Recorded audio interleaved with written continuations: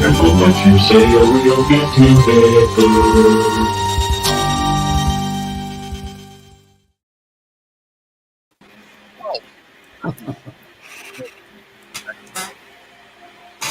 Can't hear Kenny. There he is. There you are. There I am. Oh no, that's not good.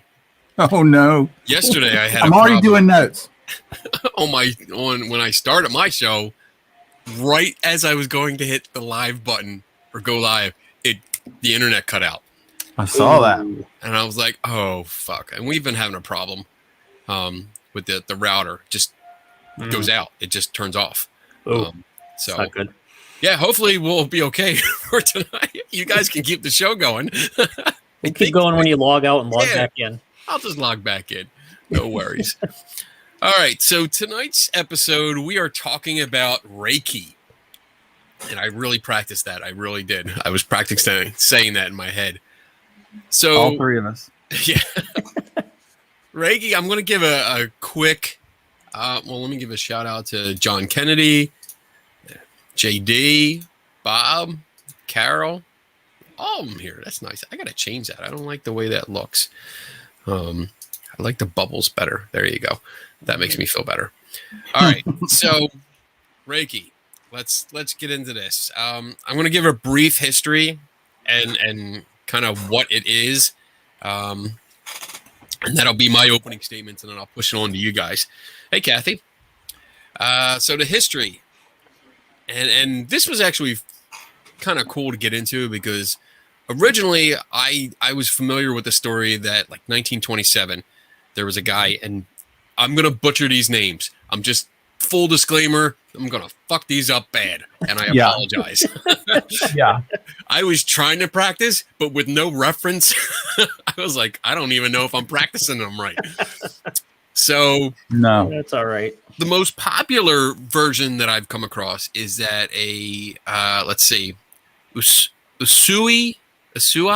Reiki begins with an inscription on a memorial stone that was erected in 1927 in Tokyo, Japan, in memory of Mikao Usui Sensei.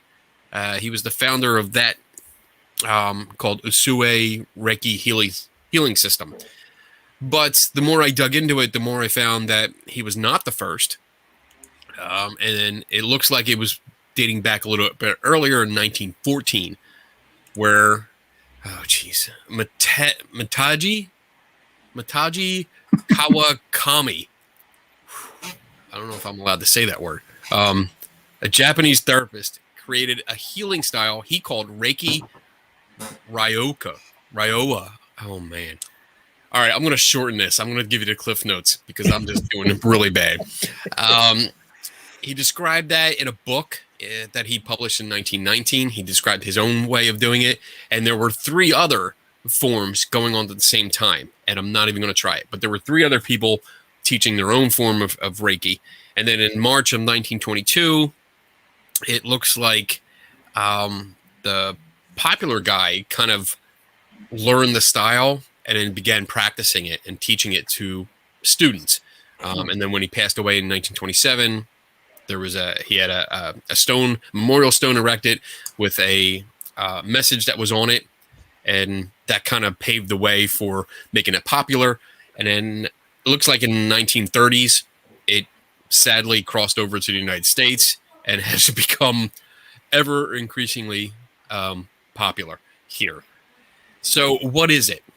And according to Reiki.org, so I went right to the main source, they claim that Reiki is a Japanese technique for stress reduction and relaxation that also promotes healing.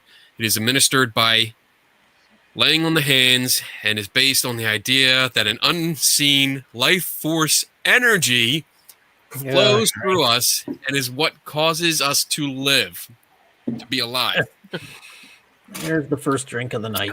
We're going to be out. If one's life force energy is low, then we are more likely to get sick or feel stressed. And if it's high, we are more capable of being happy and healthy. The two words Reiki is made up of two Japanese words, Rei, which means God's wisdom or higher power, and Ke or Ki, which is life force energy. So Reiki is actually spiritually guided life force energy. Now, I already had a problem with that because that's not the translation that they just gave us. The translation would actually be God's wisdom, life force energy, not spiritually guided. So they already fucked that one up. While Reiki is spiritual in nature, it is not a religion. It has no dogma, and there is nothing you must believe in order to learn and use Reiki. This is pretty important, I think.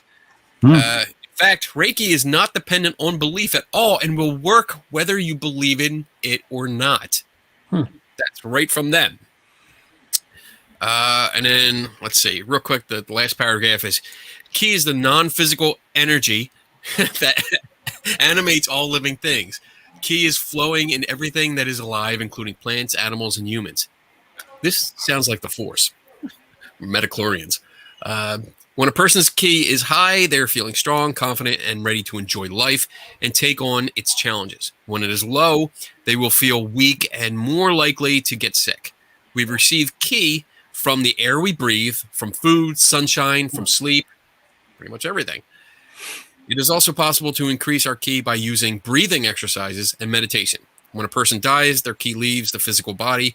Ki is also the Qi of China, and then it goes on to different cultures and stuff. So that's what it is described by Reiki.org. And I mean, I already see a few things wrong with this because, I mean, if opening statements here is that if it's in everything, the air we breathe, the food we eat, and the stuff we drink and everything, then we should never have we should never be low on it because we're constantly breathing and we're always eating, drinking, we're doing something, sleeping, whatever. So I don't understand why we would be low on it when it's all around us.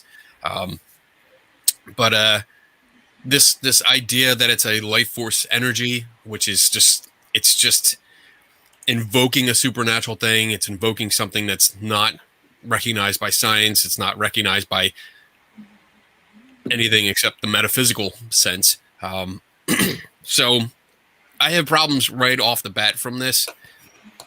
And that's what I'm going to say now. And that's it. I'm going to pass it on to Tim.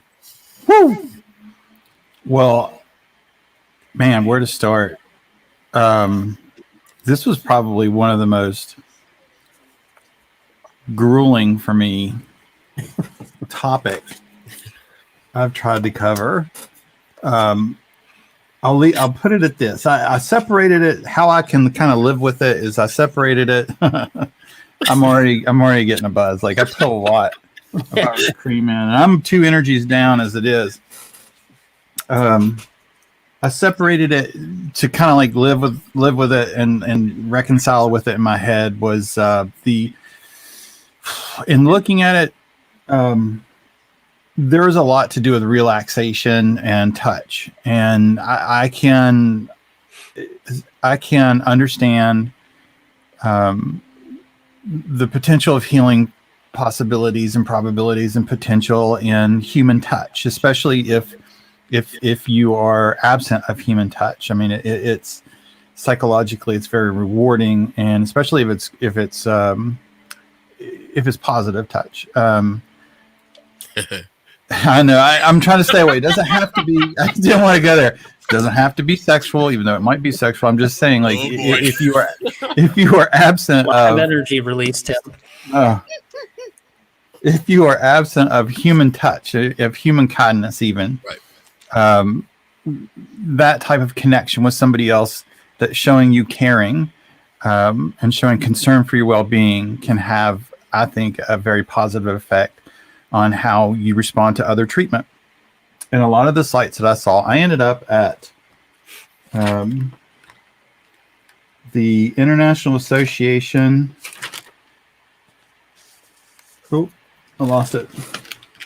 The International Association of Reiki Professionals that kind of got there with that. But outside, past that type of understanding of Reiki, which, I'm not going to say has anything to do with quantum physics, even though I ran across that and quantum physics and the spooky action at a distance to when they couple, and what's it called? Quantum coupling. Is that it? I forget. There was that use of entanglement. Thank you.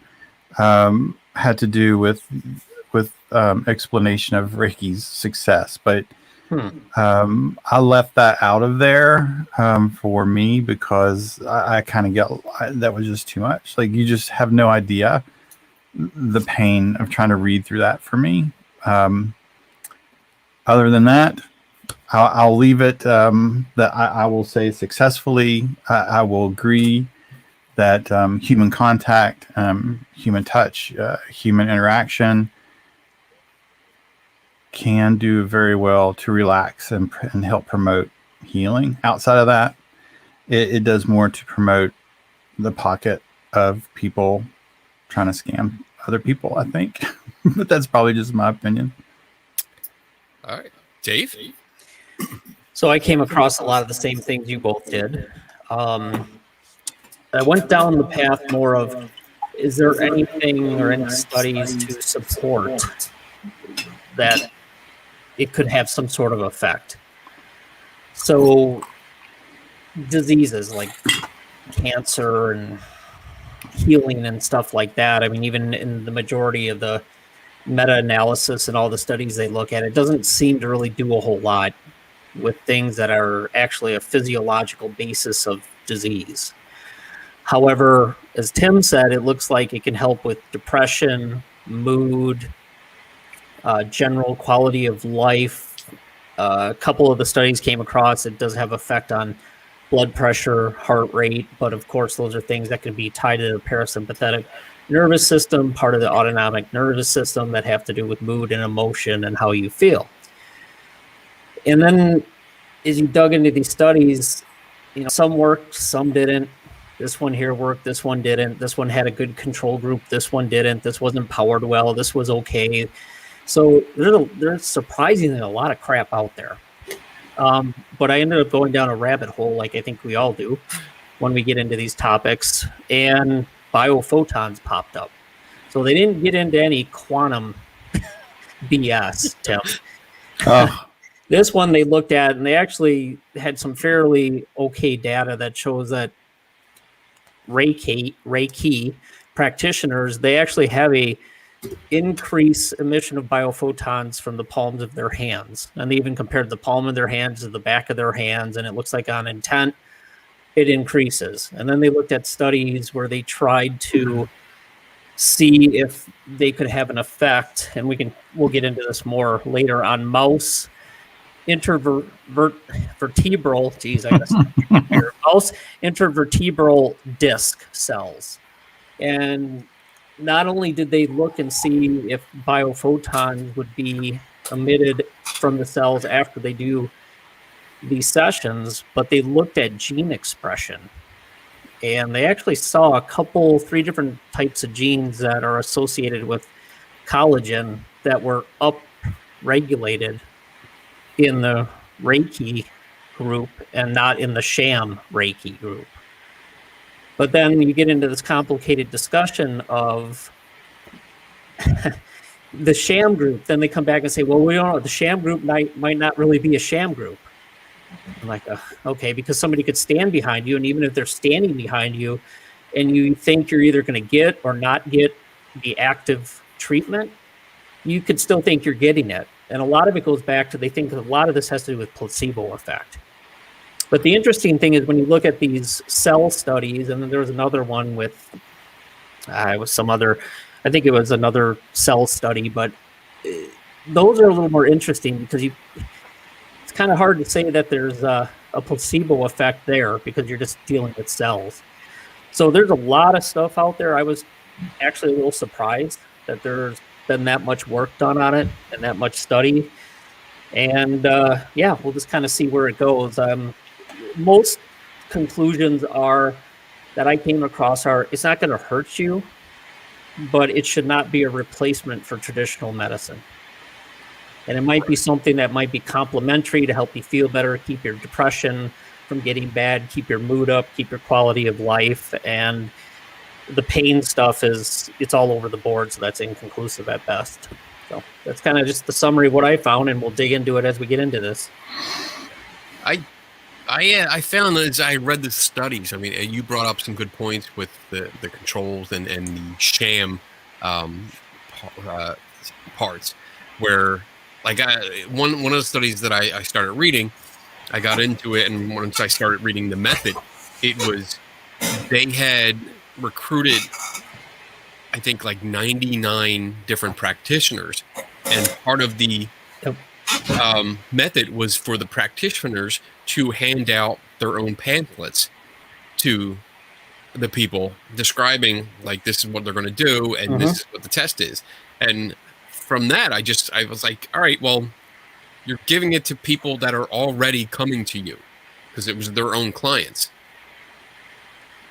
So I didn't find that to be a reliable source because it was just probably this one. Probably that one, yeah. A large. I think that's it.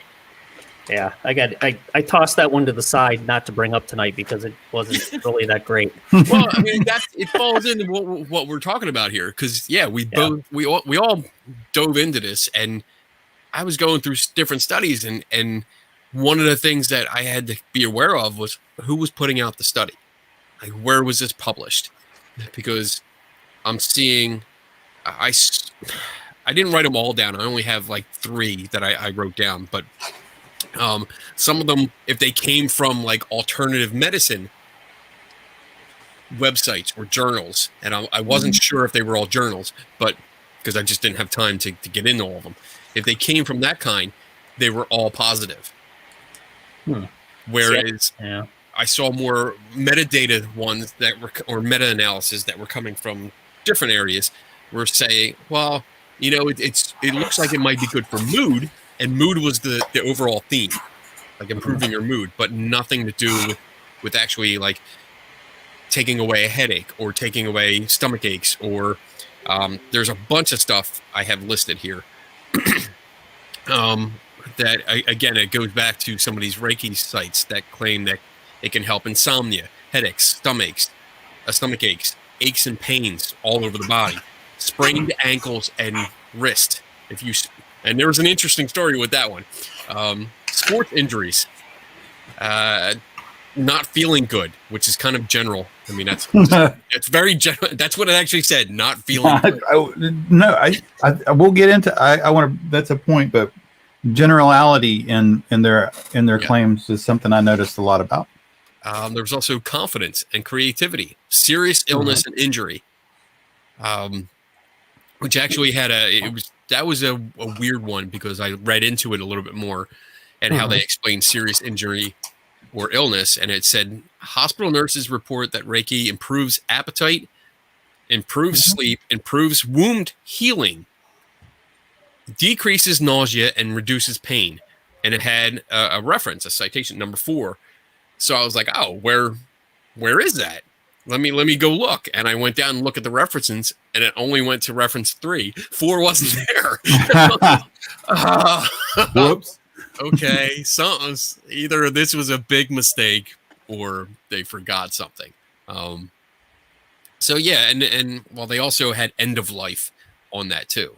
That it helped with the end of life thing. I don't. It was very confusing going through all these studies and trying to get an idea of what's. Yeah, and the one you talked about, it had a pre and post evaluation, And self-assessment, there's nothing wrong with self-assessment. They use them in clinical practice all the time, and they use them in studies all the time, as long as it's a self-assessment questionnaire that's been validated. Those are fine. But they did pre and post, and of course these people knew they were going in and they were hoping to get a benefit, so there was no control arm. That's the one. That's why I kind of took that one. I'm like, okay, well, it's interesting, but no control arm. And there's actually a good number of them that they were randomized controlled trials with placebo control arms, which get a little more interesting in some of them. But again, as you said, they always all go back to the things that have more to do with mood and depression and how people are feeling. And most of the meta-analysis, they'll say they kind of agree it has an impact on that. But beyond that, yeah, when I saw them compare, like one of the studies, I don't know if I have it here. One of the studies compared, like I think it was over 3 weeks, where patients after cancer treatments, and they were looking at fatigue specifically, and the participants would receive 5 days straight of a Reiki session, and then followed by a week of nothing, and then followed by 2 sessions after that, and then followed by another week of nothing. But the control group, which was called the rest group, basically just rested. But it didn't describe how they rested. Like if they just, sat in a room by themselves. It might have, let me clarify. I didn't read that far into the study because it was a long, and I just didn't have time. I was going off of what they were going in the beginning there, but it looked like they more or less just rested for 3 weeks straight, like an hour every day, followed by an hour once, or every other day or something like that, and then followed by no rest at all. And when I see that, I'm thinking, all right, well, that's controlling against nothing. And I kept thinking, well, if you have a friend with you or somebody that's there, to hold your hand or talk to you and get your spirits up, I wish they would have had some kind of group like that, as maybe another control, a third control group. Because like when my wife went through it, I would go with her during her treatments and, try to stay positive. You try to stay as positive as possible and always upbeat, always on, you're holding her hand or talking like, oh, we can do this. I can take you over here. We can go see this today. Do this. If you want to rest. I'll make sure everything's quiet. But then afterwards, we'll get up and go out. We'll just get outside. And I think that had a lot of positive effects on her to boost her mood. She get in a better mood, and she wasn't down. At least I hope not. She can totally correct me and tell me I'm an idiot in the chat room because I know she's watching. But there was no life force energy used. There was no Reiki. There was nothing like that. So, that's just in my head. That's my experience, my personal experience. So, I don't know. What do you guys think? The positive mood thing has been shown to help with illnesses or cancer and the side effects. Anytime you have a more positive outlook, the outcomes tend to be better, especially if you have somebody there to support you. It helps. So, as far as the other control arm or branch or having a group like that, I think what you would hope is that they only varied they only messed with the one variable, which is you either had Reiki or you didn't. Otherwise, the group should have been somewhat similar. Right. So what you're trying to do is, did it work or did it help or didn't it? So, you can get into some complicated studies. I think the problem is some of the ones I found, they didn't have sufficient statistical power because they didn't have enough people. Yeah. So you get too many branches, you get too many arms, and you have to recruit so many people. It's just not going to happen, and it gets too expensive. So I don't know. It's hard, but I did come across some with placebo-controlled randomized trials that, yeah, again, some of them, out of the one, I think 13 studies, and 8 of them were significant versus placebo, and 4 of them were no different. But even the 4 that weren't in this one meta-analysis, they said for those, the statistical power could have been bad. So, when you read reviews, sometimes I came across a couple reviews, and the authors made these general statements like, well, the statistical power was poor in all these studies, so Reiki is not valid. It's like, whoa, wait a minute. If you have a study that shows something worked and the statistical power is no good, that's no better than having a study that didn't work with low statistical power. So you can't make that assumption, because this got pretty deep into significance and study design. How they evaluated all these people. So I enjoyed it a little bit. I did find a lot of the study, like you said, there were just not enough people. And a lot of them just weren't powered enough. But the ones that were, again, most of them had a positive impact on the mood and depression. But again, they came back, and I keep saying this, but they kept coming back and saying, well, even if we had somebody come in who, in both study groups, let's say you had somebody who was going to come in and do a sham Reiki session versus one that was going to do a real one, the person's still standing there, but you don't know if they're trying to will the life force energy into you or not. So if it is truly like a placebo effect, just having the person there could make you think you're getting better and have a placebo effect.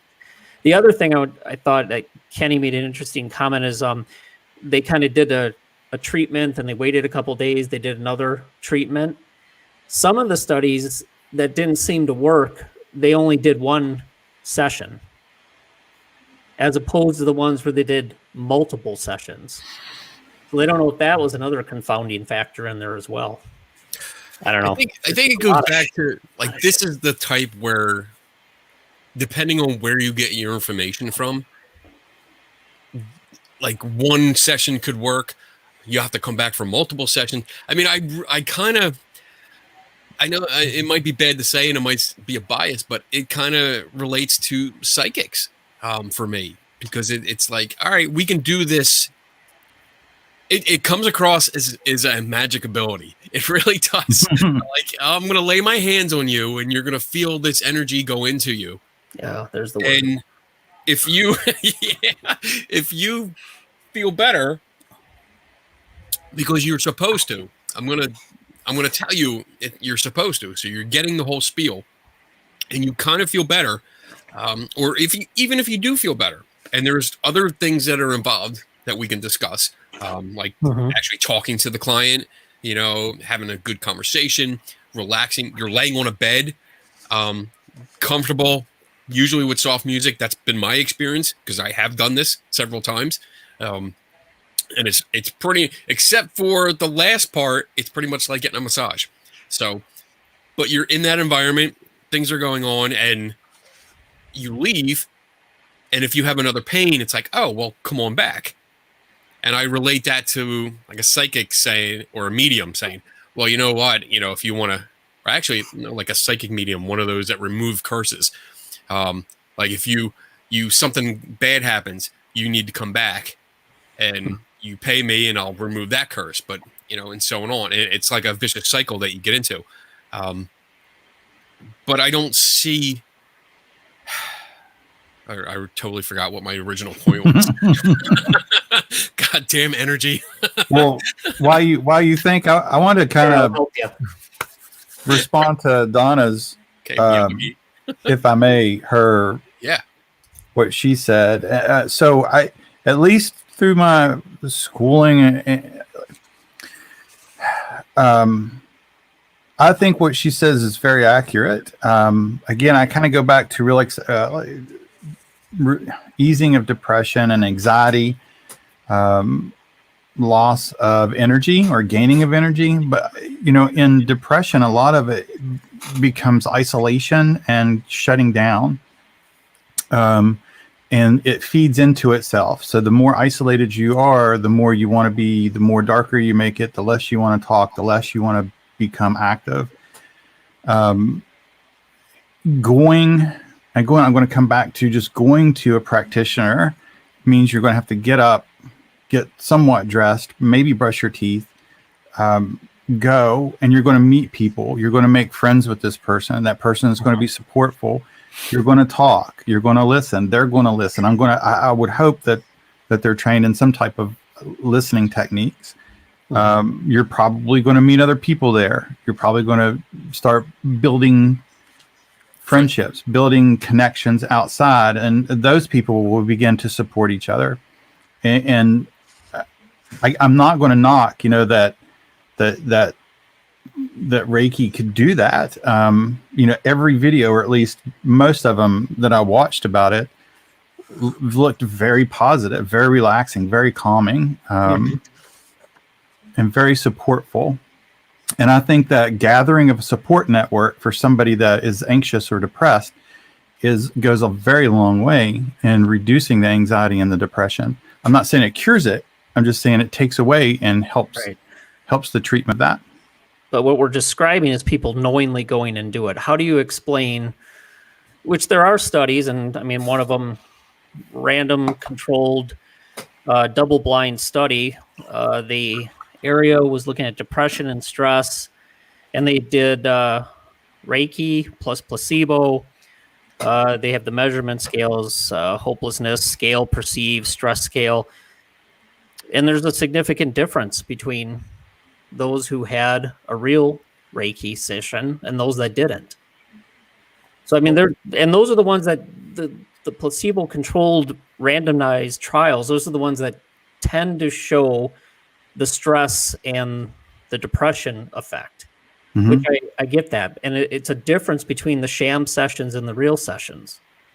And the ones that are set up right, where you have somebody who's a Reiki master come in, or somebody who isn't, and just stand there or put their hands over, and they're not trained, they don't know how to do it. To me, I look at those and go, okay, well, why is that then? Why is it? Because we all agree that it's possible if somebody comes in and stands there, you feel like they're doing something. But there's been a couple studies that showed there's an interesting effect on it. So what is it then? What is that? I guess, I'm curious, what actually goes on? What is it? Just laying on the hands? Is it just hovering? Some of them weren't. A lot of them are hovering. I don't know. I thought a lot of this. It could be both, but from what I understood, and I could be wrong, that a lot of it is not even touching the person. It's just holding the hands over. I've seen both. I saw both. Yeah. Okay. I read both. Every time when I've had sessions done, because when I go to psychic fairs and stuff, and there's nothing going on, or I'm bored, I'm like, all right. Do they call it Reiki, or do they call it subtle energy or energy healing? It's Reiki.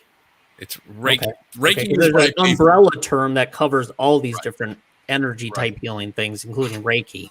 So I've had both done where they just hover their hands, and other people put their hands on you, and it's like, what are you doing?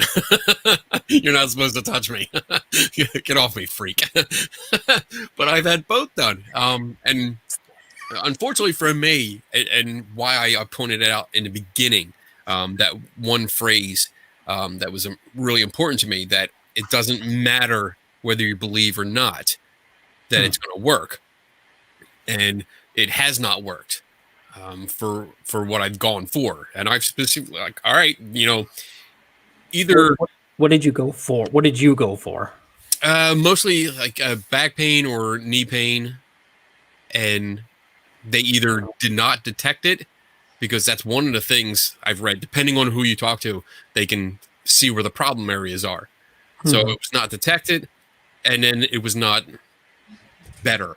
Okay. And honestly, I mean, it might be hard for everyone to believe, but I was honestly hoping it would work, because I fucking hate pain. Yeah. All right, make this work. I want to be able to but if get it up. is a placebo effect, and you go in thinking it's not going to work, because you have I wouldn't say, well, it is kind of a bias. You don't think this stuff works. So if you go in thinking this is not going to work, it probably won't, because the placebo effect, you have to believe it's going to work. Because there's people that take a pill in a placebo-controlled trial, and they go, "Hey, this is a pill. This is going to help me," and it works. So do you think you we just have, you weren't open to it at all? It didn't work. well, one, before I forget, Sorry. reading, it's all right. No, it has to do with this. What I read there on the main website, saying it doesn't matter if you believe or not. So me not believing shouldn't have an effect on it. But if it does, then that's telling me it's more placebo than an actual Sure. something that really happens. So did the website say to be a practitioner you didn't have to believe or not, or for it to work you didn't have to believe or not? While Reiki is a spiritual in nature, it is not a religion. It has no dogma, and there is nothing you must believe in order to learn or use Reiki. In fact, Reiki is not dependent on belief at all and will work whether you believe in it or not. Okay. I just thought, I just clarify that. Yeah, that's from that. It should work no matter what I went in thinking. But when I do go in, I honestly want it to work. Yeah, I don't think it does when I go in, when I talk about it now. Like, I still don't believe it does, but I still want it to. I want to be impressed. I want to get up and go, well, son of a bitch, that it doesn't hurt. I can walk, or I can walk a little bit better. And I think that's where a lot of the placebo effect comes in, because if you go in with that intention, like this is going to work, and you get up and you start walking around and you're like, it's not so bad. And maybe there's that little improvement. I don't know. I'm just going off of, I'm just talking out my ass right now. JD had a interesting question. I thought I've read the placebo effect works whether you believe it or not. Yeah, that's what they thought. But if you look at some of the work that's being done studying the placebo effect, it's not just getting the pill and believing it works or not. It's the entire process. You go to a clinic, you see a doctor, you're getting a pill. Even if you don't believe in the placebo effect, you're in a medical facility receiving a pill, and most of us think that's going to help us, right? So it's not just the actual believing the placebo or not. It's how it's presented to you and what you know and you don't know in the context of the situation. It's a fascinating line of research right now, trying to figure out why the placebo effect works and why for drug companies that spend millions, hundreds of millions of dollars, why sometimes they can't get the drug to market because it didn't work versus the placebo, because the placebo seemed to work so well. It's a real bitch. And it happens with a lot of like normal mainstream type of mechanism of action drugs. Look at homeopathic bullshit that's on the CVS and Rite Aid shelves. People buy that shit and they think it's good, and then there's nothing in it. Yeah, sure. So, damn. I would love to see, this might be off, but I would love to see video of the interaction between the Reiki practitioner and the client in the placebo studies.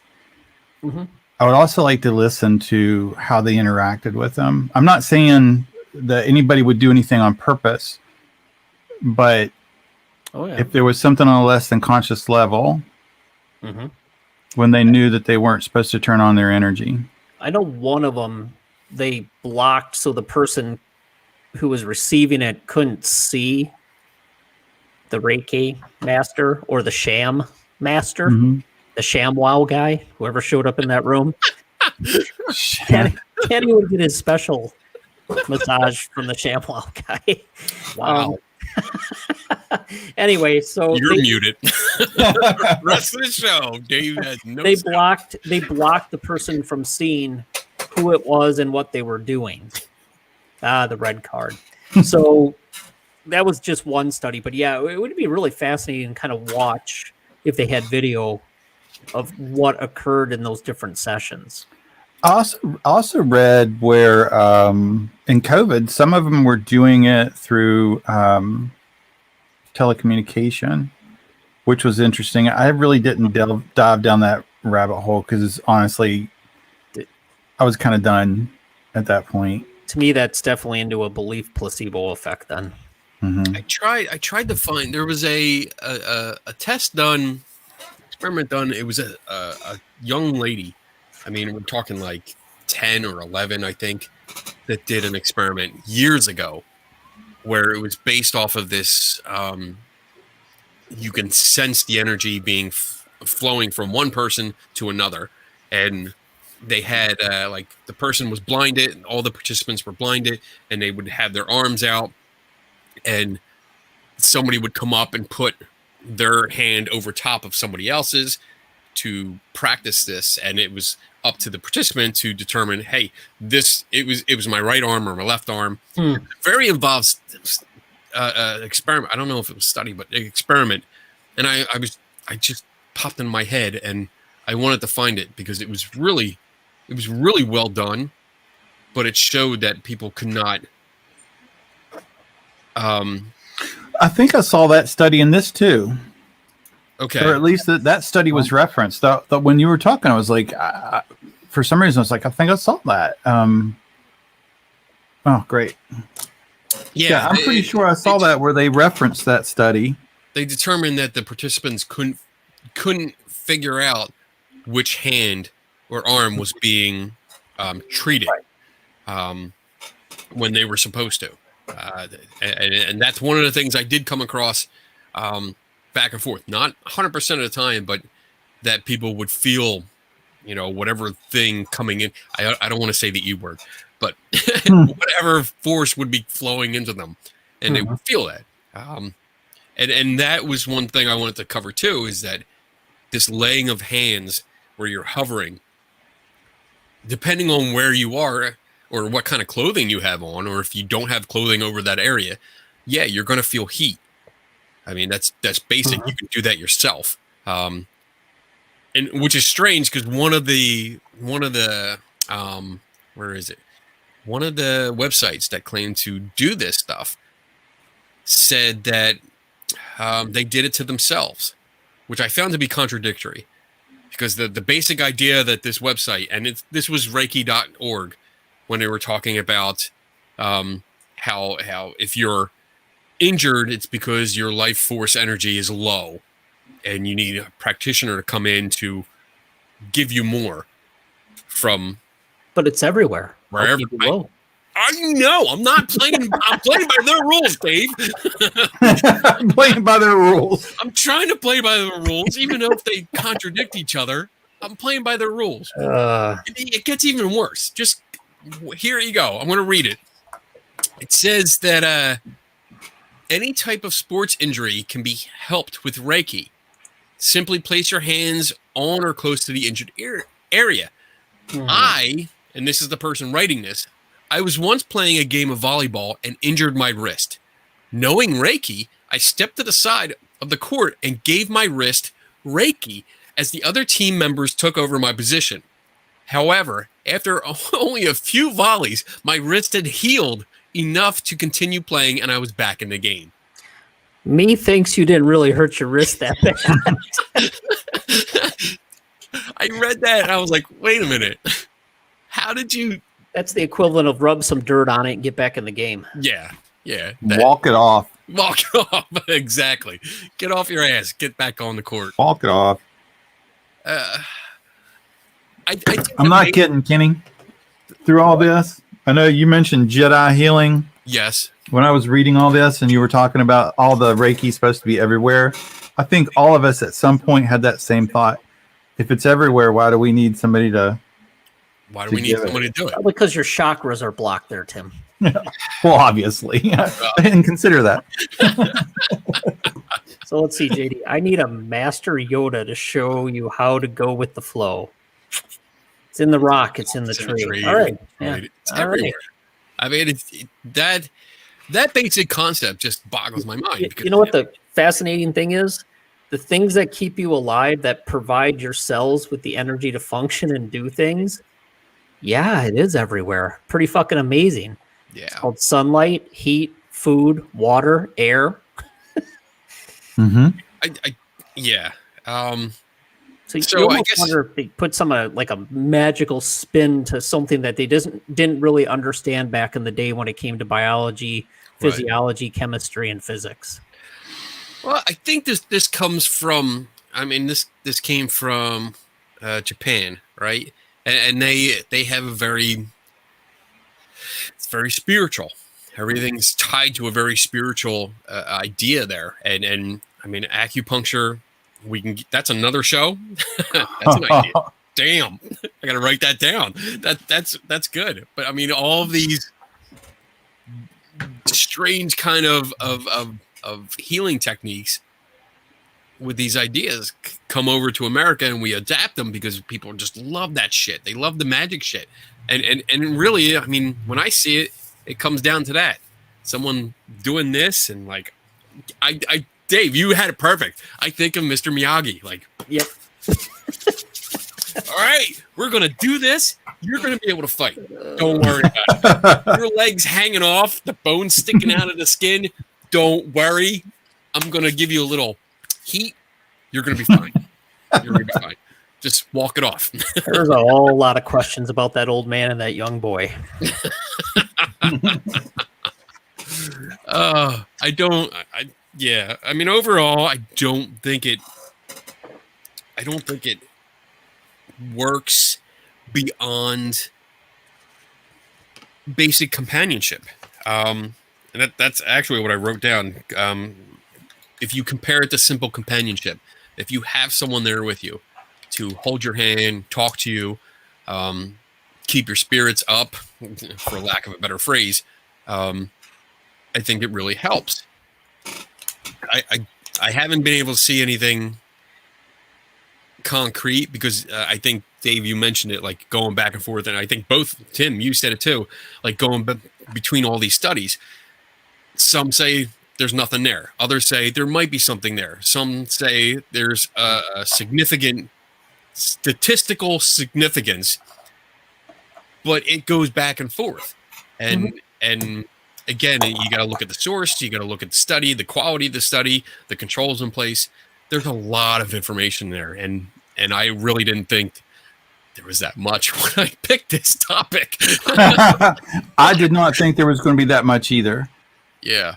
I was shocked at how much there were. The International Association of Reiki Professionals lists several articles, but you have to become a member to read them, and I did not become a member. So they have articles and research papers on their website to read, but I wasn't going to do it. Yeah. There was just way too much. When it comes to other stuff, though, like I didn't write too many more notes on this. How it can affect other illnesses, like cancer treatments. I haven't gone through it myself. I've seen it firsthand.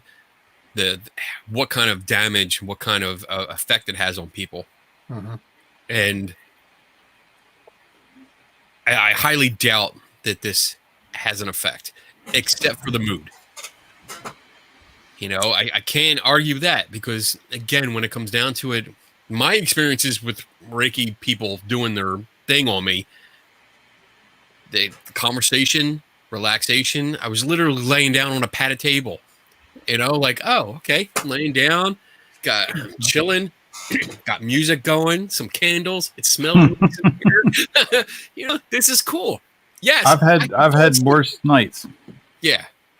You could totally fall asleep. And interestingly enough, that was some of the conclusions that came up.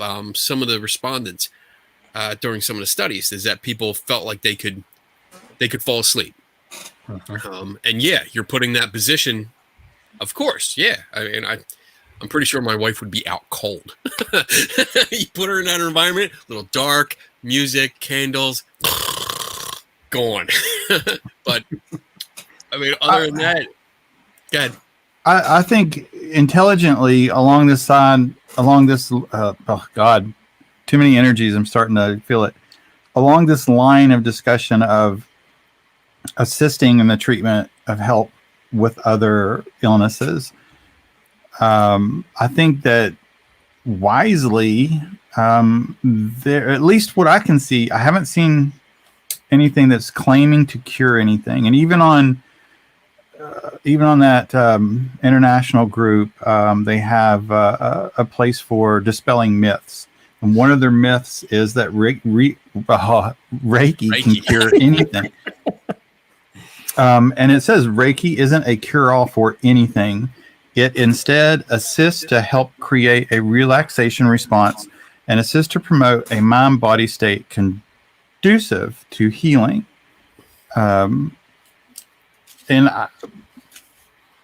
Okay. I think,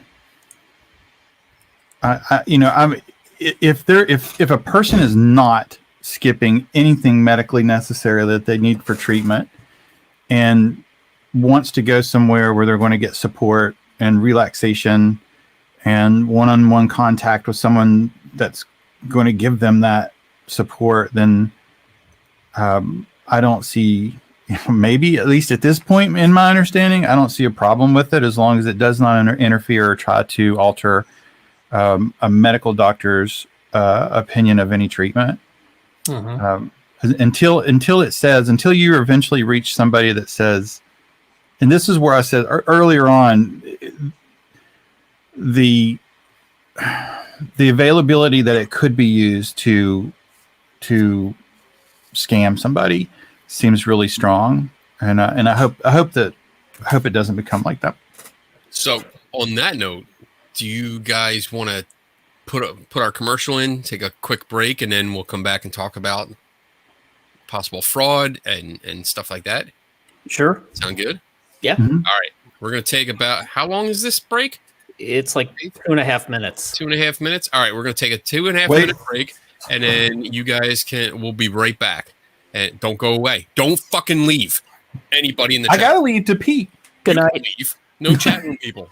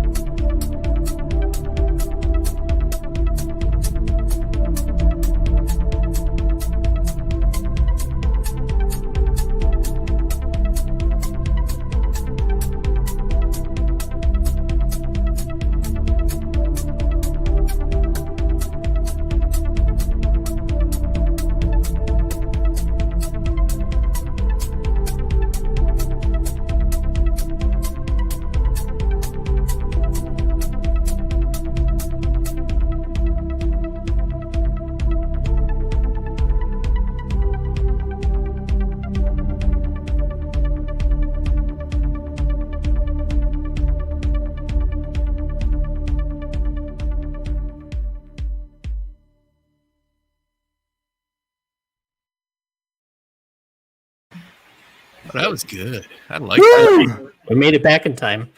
We got the Ric Flair tonight. Woo! It's because I'm telling you, I've already finished an urn of coffee filled with Irish cream in it. An urn. So I'm feeling it already. What kind of powdered creamer you got in there? Oh, Oh man. So this is great. Actually, I ran downstairs and my wife has this up on the TV. mm-hmm. I guess she threw it up from her phone onto the TV, and I'm like, "Oh, look at that! That's really cool. We're on the big screen." So before the break, we started talking, and Tim started leaning into like fraud. That's the word I remember. it certainly can definitely, I think, lend itself to the possibility of easily becoming a dare I say predatory practice. Right. I agree. Because you can offer, and I think we touched on it earlier, is that you can offer this as an alternative. And I always have that problem. I have that problem with alternative medicine because it's alternative medicine because it's not medicine. And it's something else. And it's not science-based. It's not proven yet. It's just something else that's out there. And I mean, again, it goes back to like all the shit that's on CVS shelves with the placebo or the homeopathy bullshit. Hey, you know what they call alternative medicine that passed clinical trials, don't you? Medicine. So I did pull up something from Science-Based Medicine, and it's from 2014, and it's called Reiki Fraudulent Misrepresentation. And it goes through, I'm not going to go through it all because it's like 7 or 8 pages worth.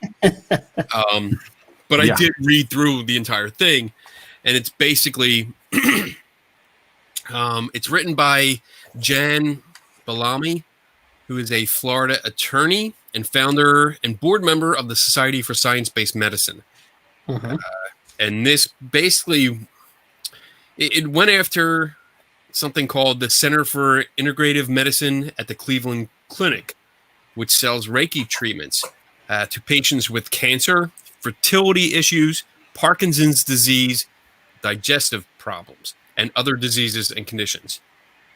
And it goes on to basically repeat the same definition of Reiki that I read out in the beginning. And then it looks at the claims that were made by the center, saying that it was lessening symptoms and side effects of traditional treatments. It had success in all types of physical healing. It was detoxifying the body. Pain relief. Like a liver? Yeah, just like the liver. Stimulating bone and tissue healing after injury or surgery, and stimulating the body's immune system. And I'm sure they provided references for each one of those claims. Yeah, I didn't find any. You didn't find any? I looked. I don't know if they were hidden, because sometimes people hide that shit from me. Yeah, because that important kind of stuff, they conceal that in journals and books usually. Yes. Those were the numbers 5 through 7 that weren't attached to the file. I was so pissed when that reference wasn't there. I'm like, you got to be kidding me. The only one I want to look up. So being that the author of this paper was an attorney, they went through the law of fraudulent misrepresentation and described the things that they wanted or you had to do if a patient wanted to prove their case against the hospital for pushing this. And there were 4 criteria. There was that one was the hospital fraudulently made a misrepresentation of fact or opinion. 2 was that the hospital intended to induce the patient to purchase a Reiki session. 3, the patient acted in justifiable reliance on the misrepresentation. And 4, I don't know what this word is. Pecuniary? Right? Pecuniary damage to patient resulting from his reliance. It's an interesting read. I'm not going to go through it all. Again, if you want to, that's the name of it. Reiki, fraudulent misrepresentation. I'll throw the link up in the chat room. But this went right along with what you were saying, Tim. I mean, if you put it out there, especially with some of the claims that they're making here, that it lessens the symptoms of traditional treatments, science-based treatments, especially if it's like success in all types of physical healing. Like that right there, that statement, success in all types of physical healing. I don't understand what that means because it's not telling you. And there's no evidence of that. At least the statement before it, at least there's some do and some don't. Right. At least they have a 50-50, not even 50, it's what, 25-75. It some work, some don't. But that second statement, I don't see how they would possibly make that second statement. And then detoxifying the body from what? Like I don't get it. So there was a lot of issues with it, and then like stimulating bone and tissue healing after surgery. Yeah, see, I don't know. I wonder when that came out if they are not referencing that, or they're thinking of that one journal article I found where they found an upregulation in 3 genes of collagen 1, 2, and agricane, which are involved in, they looked at it in a mouse model. So intervertebral discs, and they looked at the upregulation. I had to look at that one. They actually found that in the Reiki sessions that those genes were upregulated as opposed to the placebo or sham sessions on mouse cells.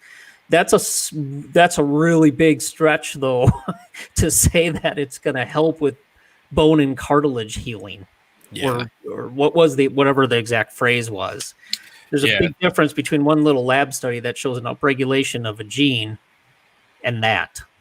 This is saying stimulating bone and tissue healing. So it did have, wow. And stimulating the body's immune system. So there's a lot of claims here, but I saw no evidence to back it up. At least nothing posted on the site. And so it went into each one of these. And really by the end, let me see. I think I highlighted the conclusion here. No, I did not. Closing argument was that, let's see, to sum up the case for our cancer patient, the hospital advertised a treatment, Reiki, claiming it provides specific health benefits by adding to, moving, and or unblocking the patient's energy. You got a drink because I know you all filled up. I am like almost out. The hospital knew these claims were false or disregarded the facts, yet intended that our patient rely on these false claims in order to induce him to purchase one or more Reiki sessions. The plaintiff did, in fact, rely on the hospital's statements of health benefits and was justified in believing Reiki could actually produce these benefits, a reliance grounded in part because he believed in the hospital. He believed that this hospital would provide accurate health information. Our patient has proved all the elements of fraudulent misrepresentation and should win this case. So that's just a hospital. I mean, to me, they're maybe making some major reaches based on the limited positive findings. I mean, there's obviously a psychoneuroimmunology field that's evolving, that the psychology linked with immunology and neurology, there seems to be links. Obviously, if you think positively, you feel good. Right. There's positive effects on your immune system. But boy, trying to take it from Reiki all the way to it improves your immune system. I mean, if they wanted to flood somebody with journal articles that make these little links, they probably could. But as far as really conclusive evidence that Reiki would be doing all those things, that would be a tough sell. And I'm surprised the Cleveland Clinic, unless, I mean, I'm surprised they would let that go through unless they really are trying to be more open to alternative medicine. And the only thing I can think of is if they would preface it with, a non-disclaimer instead of all those claims, get a non-disclaimer in there, and also say that, this is to be only used in conjunction with normal modern medical treatment. Yeah, I would hope that they would just not put these claims up. Oh, Brandon here. It looks like Cleveland Clinic has done some research on Reiki. Reiki. Gotta say that right, otherwise I get yelled Did at. some research. Better than nothing. No clue.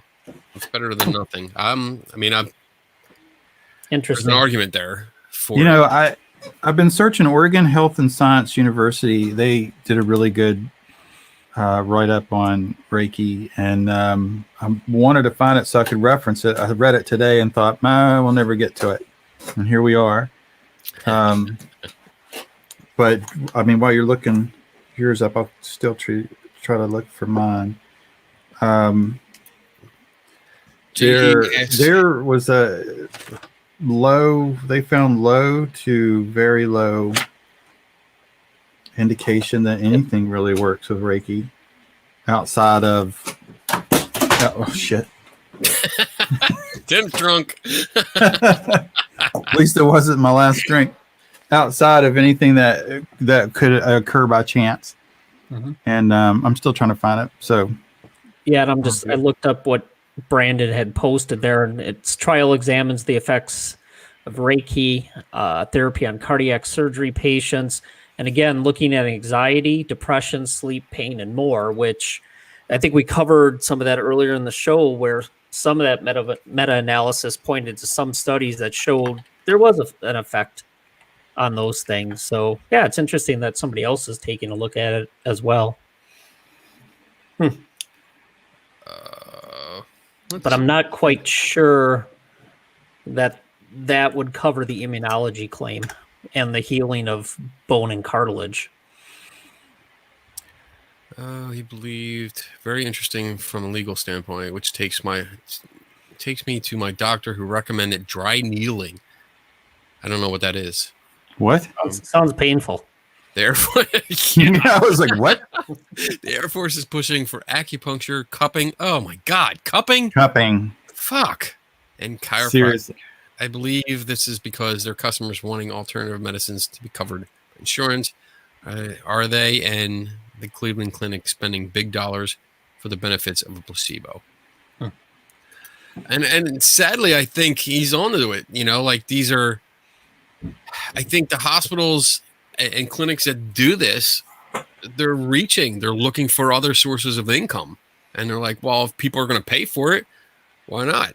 You know, even if they don't have the research to back it up, some of these claims, and I mean, some of these claims, yeah, it's just need the to be claims that I careful. read off in this paper are not what you just read off of the link that Brandon posted. Yeah, completely different, and don't have the evidence to back it up. So big problem, big problem, and you can't put that shit out there and say, yeah, it does this, because you're lying. You're lying. You have no idea if it does this, but you're bringing in people because it brings in money. I mean, the first thing too. with doctors and hospitals is do no harm. So, I mean, if they think it's not going to do any harm and it's going to have some sort of an effect on depression, mood, whatever some of those other factors are, I mean, I guess it's fine as long as they're not promoting it as a replacement for traditional medical treatment. Right. Yeah. I mean, it could be a placebo effect or it couldn't. I mean, some of the studies say it could, some say it might not, but it's not a replacement. It's not a replacement. It's not a replacement. No. And this potential fraudulent use of it, I mean, this covers a hospital, a big hospital that should be an authority on this. And we haven't even discussed like the people that do it on the side, you know, the weekend warriors, if you will, that set up their little the portable table at psychic fairs or paranormal conferences, or have little shops, or even like the extra at some kind of like massage parlor or something like that. where it's like, okay, come on in here for an hour and we'll do some Reiki treatments on you. I really have to stop and think to pronounce that right. Mhm. And again, like that's been my experience. I have not dealt with any kind. The closest I've dealt with like a hospital setting or a wellness center is more a when my previous employer had a wellness fair, and that's when you get like all the people coming out, set up their booths. It's like a little mini conference in like a cafeteria or something, and somebody was promoting Reiki and alongside science-based medicine, saying that it worked just as effectively as this other medicine. And I mean, that was a bad day for her. I really feel bad because I went off on that, but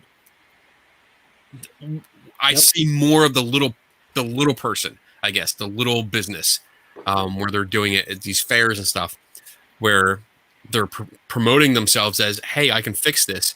I can, if you have a pain somewhere, I can heal it. And again, it goes back to superpowers. That's what I keep going back for. It's superpowers, and unfortunately we don't have them. I really, really wish we did, but we don't. I wish, yeah. So JD, how is Reiki theorized to work at the cellular level? I think that's the problem. They don't really know. The couple things I came across is they've shown that Reiki practitioners, when they're in a session, they have more biophoton emission coming from the palms of their hands versus the top of their hands. But that has to actually be able to penetrate the tissue to do something. And sometimes biophotons they don't have a real good ability to penetrate tissue and other things. Then the only other part was they don't know the cellular mechanism, even in the one study that I referenced, as to why it would upregulate the 3 genes that they looked at. They don't know. They really don't know. Quantum physics. But it happened. So I'm curious. I have to look at this biophoton idea more or thing a lot. It's good stuff, actually. It's. I mean, I'm wondering if the increase that you're talking about is because of the interaction between 2 bodies producing heat. I mean, no, because that one study they added a 40 degree C temperature treatment in addition to the no treatment and the Reiki treatment and the sham treatment. So they added temperature to see if it was a temperature thing, because I think they thought about that. They thought if the hands are hovering over somebody or on somebody, the heat could induce something. These did not put the hands on the person, but they also did the heat treatment branch to try to explore that. And they didn't see it in the heat treatment branch either. Okay. So maybe, all right. So instead of heat then, because I looked it up real quick and it just says these are biophotons or photons, light particles that are generated within the body. Mm-hmm. And these could be measured as they emanate from the skin. Mm-hmm. So if that's happening and you're talking about like someone's laying down with their arm and another person is going like this, that area in between, you're getting emanations from both parties. So yeah, I would say if you're measuring, you would get an increase because you're getting twice as many instead of just one source. But they have measured people without having their hands over anybody. They just had them in a box with a photomultiplier to detect photons. And they said, okay, do your thing, focus your energy, do whatever you do. And that's when they saw the increase in biophotons. And that's been played out. I know when a graduate student up in a Canadian lab, they had people visualize bright white light coming out of their head, and they also detected an increase in biophoton emission.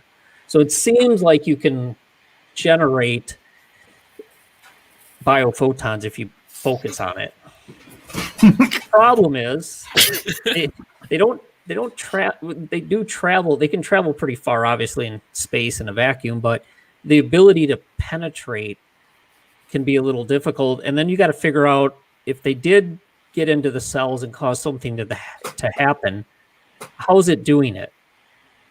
Yeah. And the mechanisms now, I mean, they're looking at from DNA repair or DNA splitting, you get biophotons released in the mitochondria, you get photons released, the cytoskeleton, in neurons. Tim actually found an article that he sent me. It was pretty fascinating that they're doing a lot of work trying to determine if biophotons could be communication channels in the brain. So there's a big push in mainstream science to take a look at the role of biophotons, and they know they play a role in photosynthesis.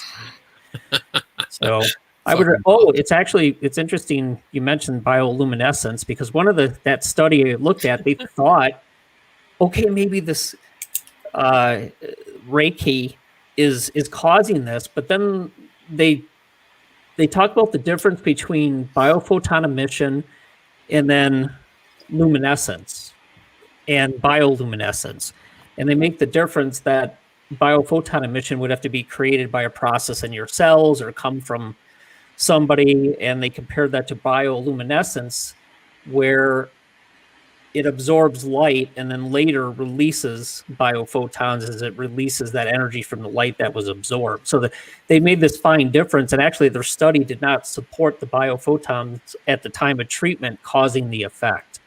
So it was really a crazy study.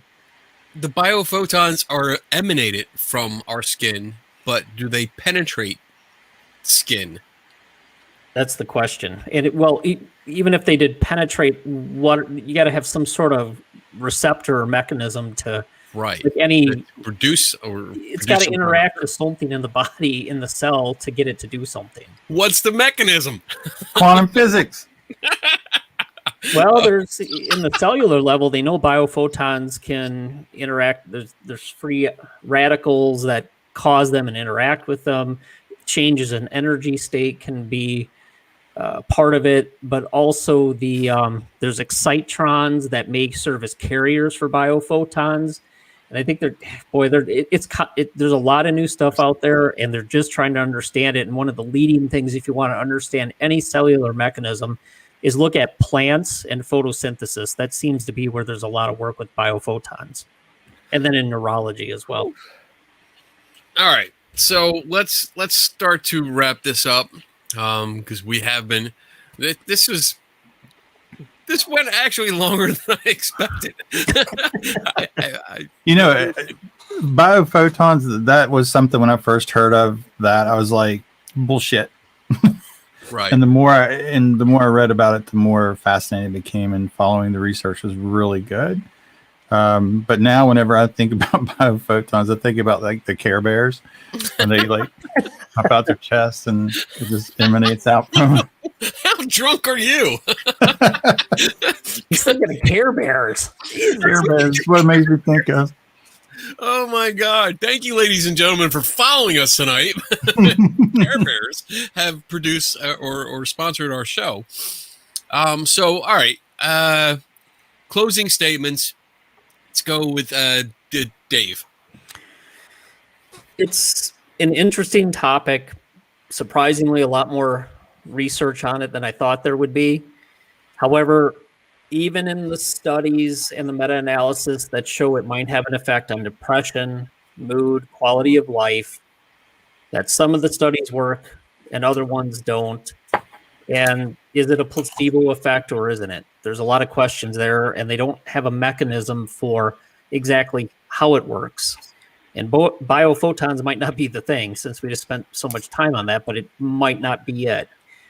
So I don't know. I think the bottom line is, as long as you want to do it, and you're doing it with the understanding that it may or may not improve the things they've actually found in the studies, like the depression, anxiety, stress, and quality of life. You got to understand it may or may not impact that, but it is certainly absolutely not a replacement for modern medical intervention. And if you have a broken leg, Reiki is not going to heal your broken leg. I mean, morphine and a good doctor is going to set it and some pins in it, and a cast will heal it.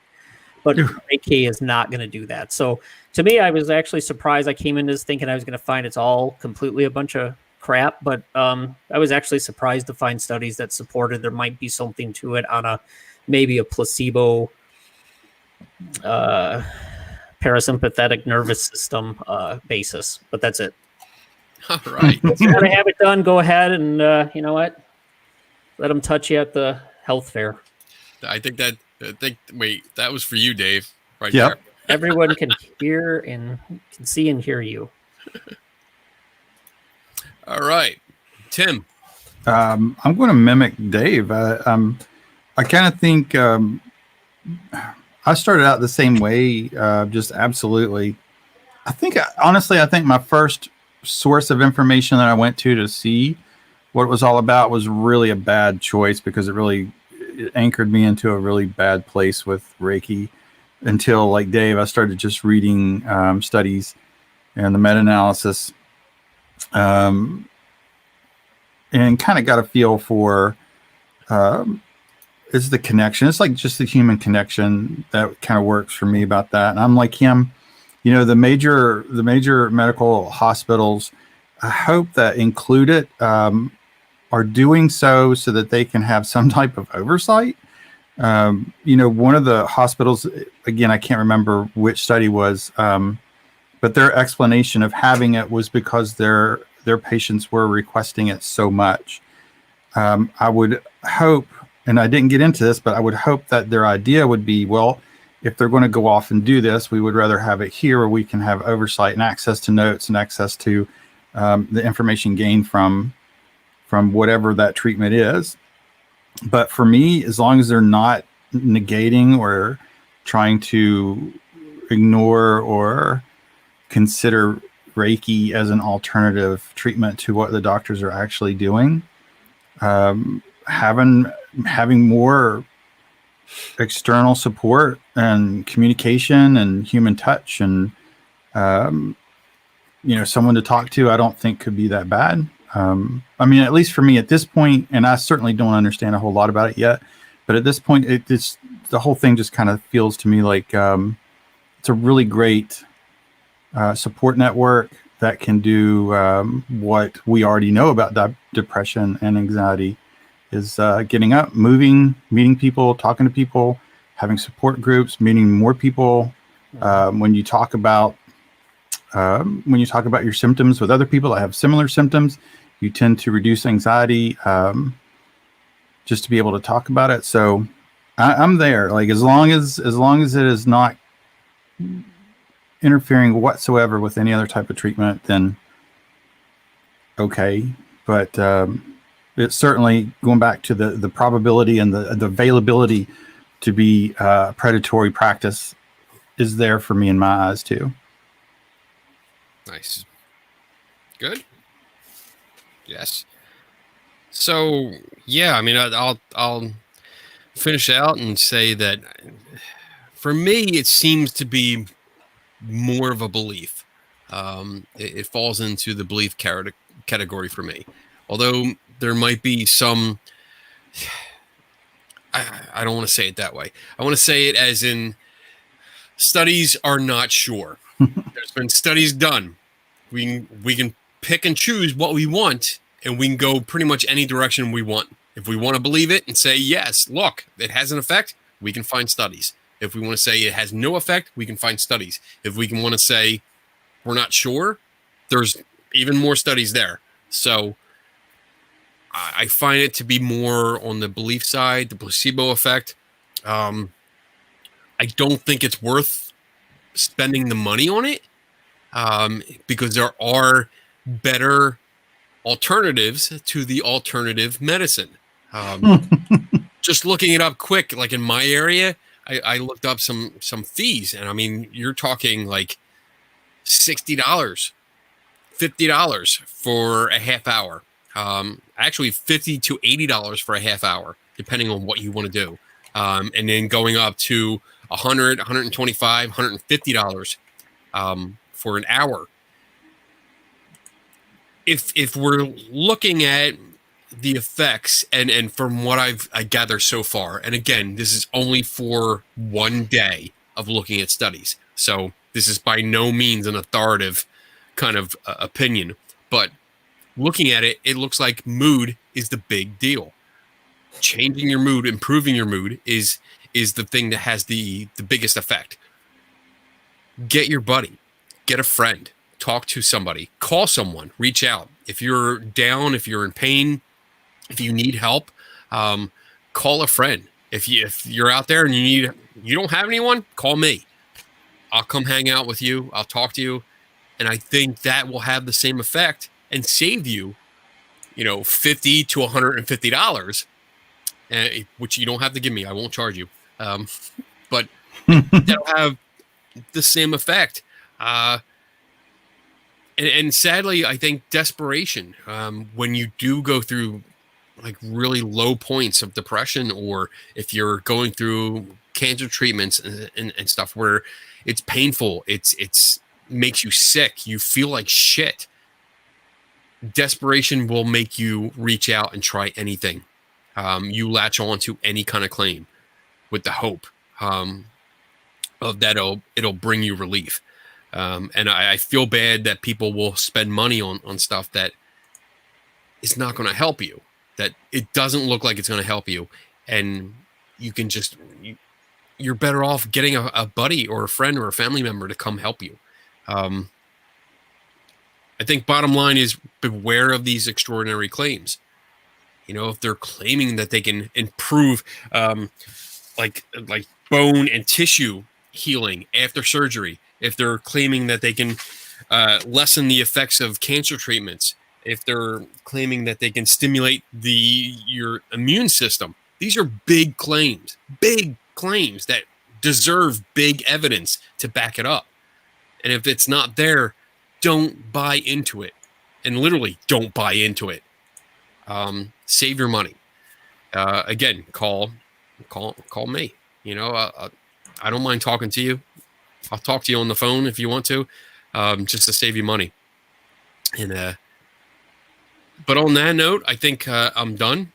I don't want to get into it more because I'm starting to feel buzzed. All this energy talk tonight, starting to feel buzzed, and I don't want to get pissed off because it's gonna. So, with that, you guys got anything coming up? Great T-shirt. I have nothing. Oh, look at that shit! Nice T-shirt. That's nice. I like that. That's on our store. You can see that on the Teespring link. That's on the on our background there. Pick that up. Shit, yeah. If you guys want T-shirts and stuff, go there. The money goes back into the show. Like it's going to go back into what we do, and like if we, do another crying statue or statue thing, it'll help. It'll help pay for that shit. So, not that we're gonna go to a St. Jude store and spend like $230 on a fucking statue that we can get at Goodwill for $2. All right, so Tim, you got anything coming up? No. No. Dave, you got anything you want to promote? You got a podcast, right? Yeah, we haven't been doing much lately just because we're both busy with work. So I'll wait to promote that when we actually have a new one coming up. Okay. Well, shit. So I'm gonna totally promote myself. Next Friday on the Skeptical Help Bar, I have who do I have? I have Beth Darlington. I love Beth. She's a good friend of mine, Australian. I love Australian accents. But she's going to be on. We're going to actually have a discussion about what makes a paranormal expert, because she wrote a blog about it, and it should be interesting. That's going to be a topic also I'm going to bring up one of these times on our show. She's going to be on that week, and then on the 12th, which is the following week, I'm going to have Paige and Megan from the podcast Spooky Science Sisters. They're going to be on. We're going to talk about science and investigating claims and stuff like that. They're fun. They're giggly. They drink and they giggle a lot. So that should be a hysterical kind of show. Hilarious kind of show. And then at some point, I'm actually going to have Elle and Bailey Harris. Elle actually wrote this book. I've given a couple away.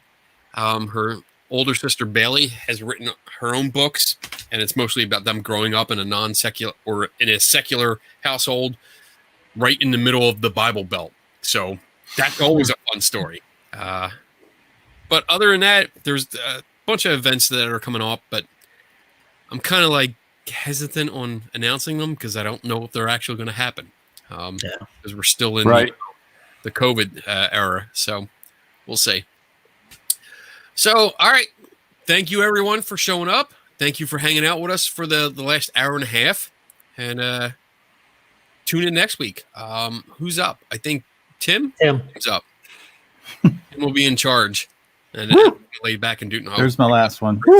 If you can find something that uses the word of energy more, I'd be impressed. Like things are blurry on my screen. I missed my desk with my notebook. Long night of drinking. Oh boy! All right, I'm gonna play our video and we'll be out. Again, we'll see you guys next week. So take it easy. Have a safe and fun weekend.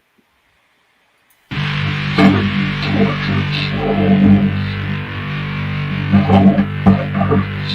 souls.